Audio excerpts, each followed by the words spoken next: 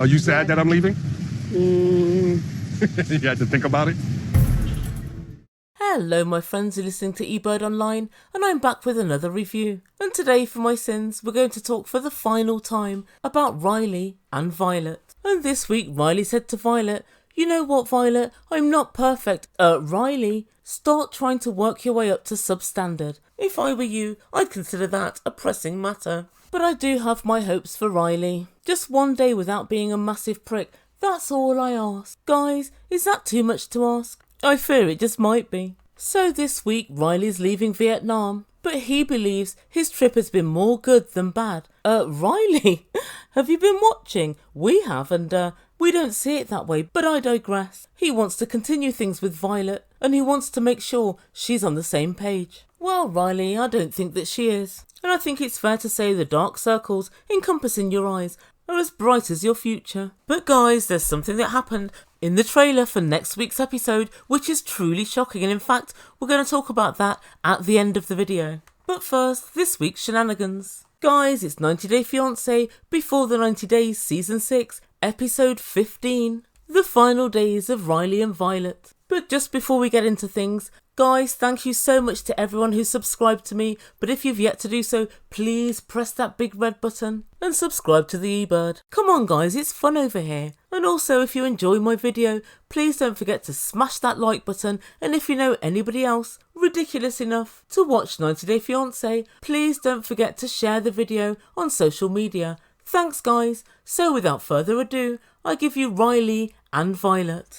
So the first time we see Riley this week is very hopefully the last time we'll see Riley ever. So Riley and Violet are walking in the rain along the riverside in Vietnam, and he remarks it's a beautiful country. And you know what guys, he's right, it really does look gorgeous. He asks Violet, "Are you sad that I'm leaving?" And Violet takes a while to answer, although, as per usual, her face answers just before her. And honestly guys, she has a look on her face which says, "Life with you, Riley's a living nightmare, undimmed by the passage of time." And so Violet said to production, "I really don't know what to think about Riley deciding to hire a private investigator, even though he didn't do it in the end. I'm not really sure what's wrong and what's right." And so the couple sit down to have a drink at a bar. Oh guys, it's so cute. It's their final drink, and also their final time to have a screaming, raging freaking argument. And if there's one thing I know about Riley, it's that he won't let us down on this front. And so the couple sit down and order drinks, and they both look as glum as all hell. Why you look sad? Because I'm leaving. I don't want to necessarily leave. For the most part, I really enjoyed myself. So, yeah.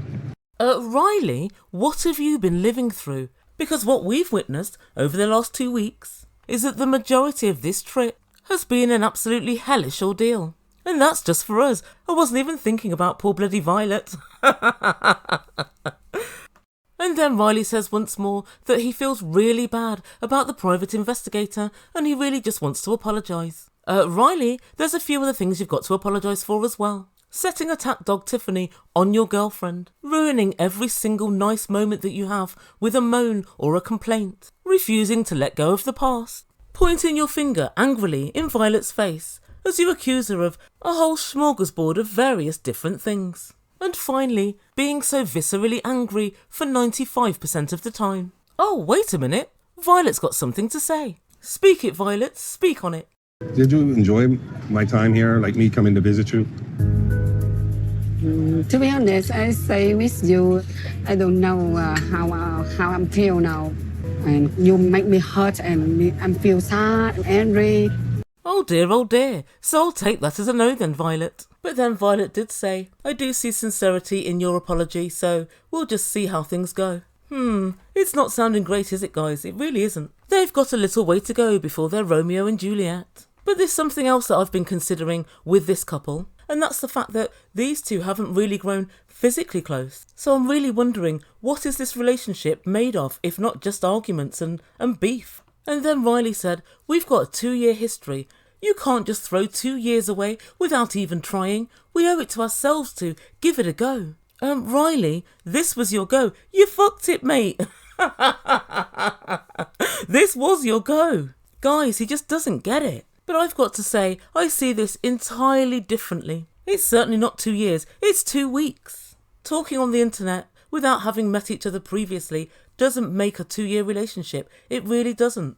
All you're doing is getting to know somebody in a vacuum. And the couple look at each other and smile, and then they give each other the middle finger, which, as we know, is their code for I love you. Oh, good Lord, guys, I thought we'd gone past this. This is what Riley said he likes to do, so he doesn't get hurt by saying the L word. But do they really love each other? The couple speak to production, and on Violet's part, it really doesn't sound great. I feel that we are moving in the right direction. I feel that we have a strong understanding. We're having better conversations. So I do believe this relationship is fixable.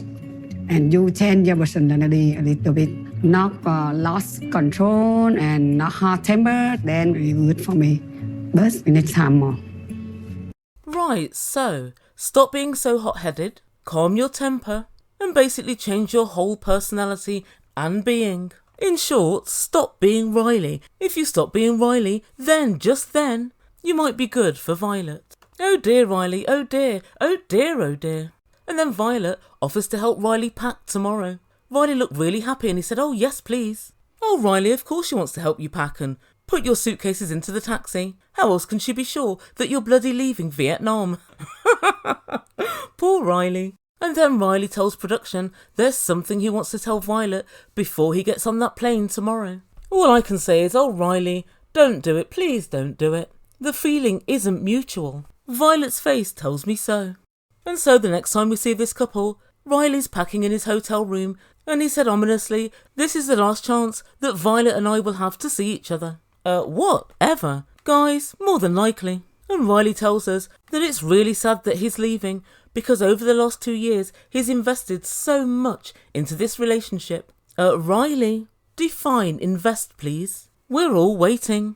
And Violet knocks on the door and she comes in and the couple both say that they're sad it's the last day. But guys, I've got to say, Riley needs to learn to read signs, to read signals. Look at Violet's body language. Guys, I always say, don't watch what somebody says, watch what they do. And if you look here, Violet cannot even look Riley in the face as he's asking her this very important question. I'm going to say it also. I just want to make sure that we're committed to talking and still working on things, right? I just say with you, we keep in touch. Okay. All right. No problem. Okay. We'll keep in touch. That's what I say when I'm walking through central London and I bump into someone I knew at university years ago. And we have a little chat about who we're still in contact with, blah, blah, blah, what you're doing now, what I'm doing now. And then we say, yeah, let's swap numbers. We'll keep in touch. And that's code for, if I bump into you again, I'm happy to talk to you. But aside from that, well, it's not that likely. It's like when somebody says, well, I won't keep you. I'll let you get on with your day. I.e., go away. I've got shit to do. We learn these social cues at a very young age. Riley, I know that you're not stupid. So why are you ignoring what's staring you in the face? And guys, Riley really is onto Violet most of the time. When she's hiding something, he picks up on it immediately. So I can only say this that we're seeing here is just cognitive dissonance. But nevertheless, Riley plunders on and he asks Violet to sit down because they need to talk. He tells production, I'm leaving. I don't want to leave and think, what if? And then he said, Violet, I really, really care about you. In fact, I think what I feel about you goes a little bit more than just caring. Do you know what I'm saying? And as he was saying this, he was looking at her as if to say, you catch my drift, right? And Violet said, what are you saying? Still stony-faced. And I've got to say, this is a little bit mean for Violet because she does know what he's saying. And for whatever reason, it's difficult. Okay, whatever. But she could make this a lot easier for him. And before everyone gets into my comments and says, she doesn't owe Riley anything. No, she doesn't. But do we need to owe somebody something? To be nice, to be caring about them at certain points, and certain points which they've expressed to you they find very difficult. I'm a very big believer in the fact that you shouldn't let somebody else's bad behaviour make you behave badly too. You be yourself. And at least if you do that, you're standing on the moral high ground. I don't want to leave us without letting her know exactly how I feel. I just told you something that I don't ever say. I just said to you, without saying it, that I. No, don't tell. Why don't I tell? Right. Don't tell. Why? Just tell me why. We need time. I just say that. And you might think, okay, Violet stopped him before he actually said it, but she didn't really. He did actually say it. But very clearly, the feeling isn't mutual. And then Violet tells production, when Riley said he loved me, it's just words. What he needs to show me is actions. He needs to show me that he cares about the woman that is by his side. He's promised me he's going to change. Really, Violet, really? How likely is that on what you've seen so far? I honestly believe for Riley to change, he'd need some sort of counselling or someone to talk to. And she said he's promised to change to be better. Has he? Or did you say change and be better and he just said, yeah, I will? I think most likely the latter. And the couple leave the hotel and go down to the street where the taxi is waiting. Riley tries to hug Violet as he's leaving. But guys, look at her body language. Her arms are crossed in front of her and she keeps her head down. When you arrive, you tell me.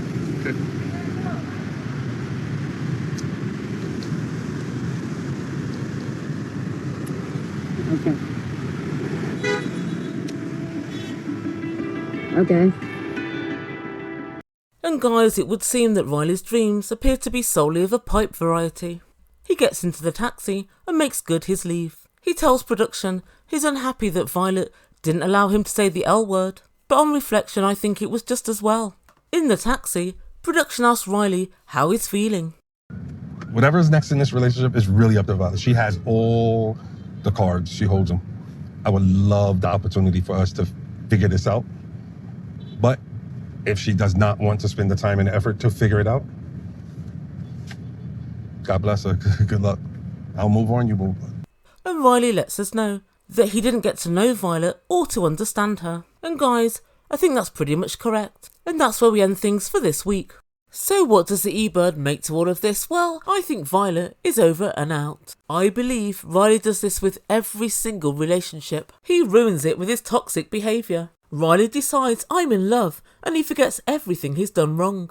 Guys, I have every reason to believe that Riley inherited his critical thinking skills from the cat next door. Riley's the kind of chap to kill you and then ask you, why are you dead? I just don't understand it. But there's one thing that Riley has deduced, and that's that Violet is not to be trusted. I think the only thing she wants from Riley is a green card for her and her 2 daughters. But guys, she's shading, and on the spoiler for next week, here's what happened. Congratulations in order? Am I going to be an auntie? Last week, Violet texted me and told me that she's pregnant. And it's mine. What happened? Oh my god, guys, we all thought they hadn't slept together, but they obviously had. And in between all the arguing, fussing and fighting, I don't know when they found time. Maybe Riley's inadequate on that front too. It wouldn't surprise me. But also, she texted him to say she was pregnant. Who wouldn't call? I'll tell you who. Somebody who bullshits for a living.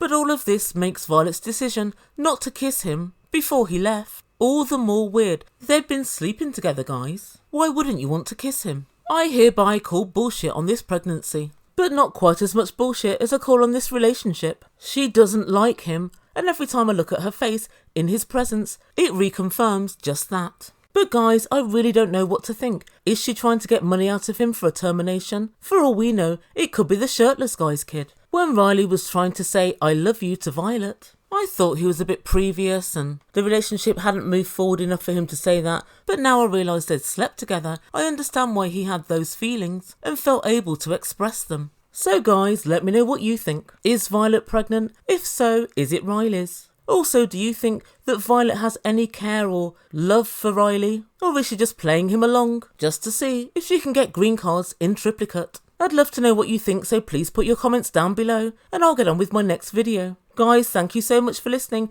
Please don't forget to like and subscribe and all of that good stuff. And if you enjoy the video, please consider sharing. You've been listening to Ebird Online and I bid you good day.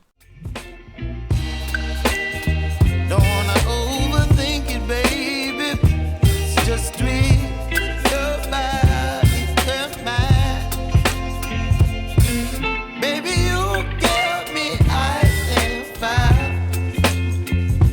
You're giving me wind and rain. You're some kind of butterfly. Baby, you give me midnight. You whip up my appetite.